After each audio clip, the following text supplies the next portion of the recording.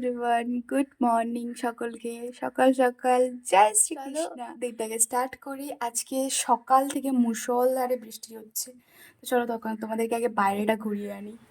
মুষলধারে বৃষ্টি হচ্ছিল, এখন একটু ঝিরঝির করে পড়ছে। এখন মোটামুটি ওই 11টা মতন বাজতে যায়।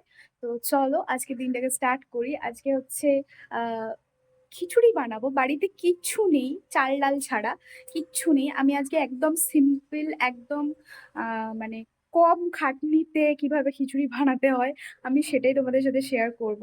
তো চলো দেখতে থাকো। এই যে দুধ দিয়ে গেছে, দুধটা জাল দিতে হবে। তো দুধটা জাল দিতে বসি, আমি এদিকে চাল ডাল ধুয়ে আনাজপাতিগুলো কেটে রেখেছি। আনাজপাতি কিছুই না, পেঁয়াজ আলু এইসবই। একটু আলু ভাজা করব, একটু পাঁপড় ভাজা করব, ডিম ভাজা করব আর খিচুড়ি। তো আমি না ক্যামেরা অন করতে একদম ভুলে গেছিলাম। তো যাই হোক, সিম্পল একদম খাটনি ছাড়া রান্না বলতে বলতে আমার প্রচুর খাটনি হয়ে গেছে। খিচুড়ি করতেও যে এত কষ্ট লাগে আমি সিরিয়াসলি প্রথমে বুঝতে পারিনি। তো যাই হোক, রান্নাবান্না করে এখানে খেতে বসে গেছি। আর সত্যি বলতে না ভীষণ টেস্টি হয়েছিল। আমি এই ফার্স্ট টাইম খিচুড়ি বানিয়ে এত টেস্টি লাগলো।